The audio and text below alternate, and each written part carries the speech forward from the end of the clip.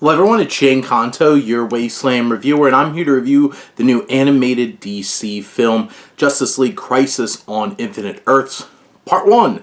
And it looks like there's probably going to be 3 parts to this one, but this first film from director Jeff Wamester, who did Warworld that came out last year as well, this really feels like a comic book come to life, for better or for worse.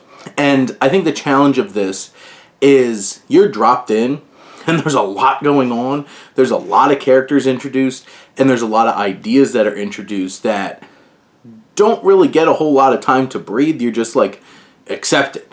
And like the idea here is the Anti-Monitor, the Monitor's evil counterpart, is released into the DC Multiverse and begins to destroy the different Earths that compose it, and the Monitor attempts to bring a team together to stop it, trying to bring a think tank to try to come up with some ideas.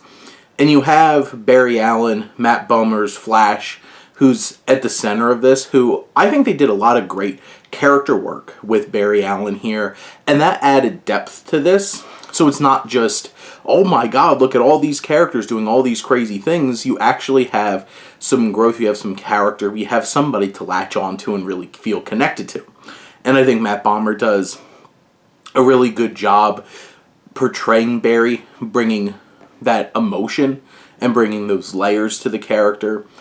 This has a lot of bouncing around in terms of its narrative and can be quite messy in that way, but it adds a lot of depth specifically to Barry as you see him in different worlds at different times in his life. And you really get a sense of who he is and why he is kind of at the core of this and is able to make a difference. And you have the likes of Jensen Ackles as Batman. You have Darren Criss as Superman. You have Jimmy Simpson as Green Arrow and Zachary Quinto as Lex Luthor. And there's just a lot of really great performers in this film bringing these characters to life. You have a lot of awesome action. When the action starts going, it's thrilling. It's really well animated and directed in that way. There's a lot of excitement that goes along with it. You get a lot of cool, like, alternate world type characters. There's like Owlman instead of Batman in one of these worlds, and it's like, oh, that's pretty cool.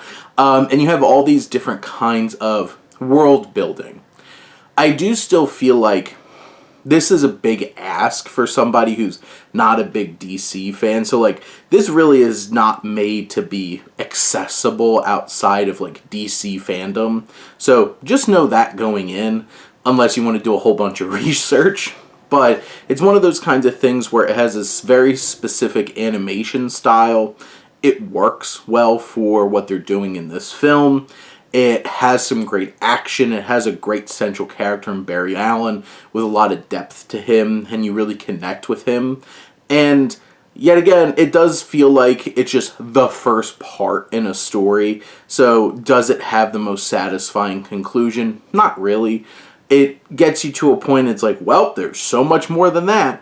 And it's one of those kinds of films where, okay, if you know going in that you're going to be watching the other 2 hour-and-a-half long episodes of this specific story, and you are really treating this like a comic book, then it might not bother you as much. But yeah, this really does feel like a comic book in the most comic book way possible. So whether that's good for you or bad for you, you're going to have to interpret that. But it does have some serious flaws in terms of bringing you into this story. But it does have some positives that really help make this an entertaining 93 minutes. But those are my thoughts on Justice League Crisis on Infinite Earths Part 1. Let me know what you think and let's talk some movies. But thank you as always for tuning in and supporting your Wasteland reviewer.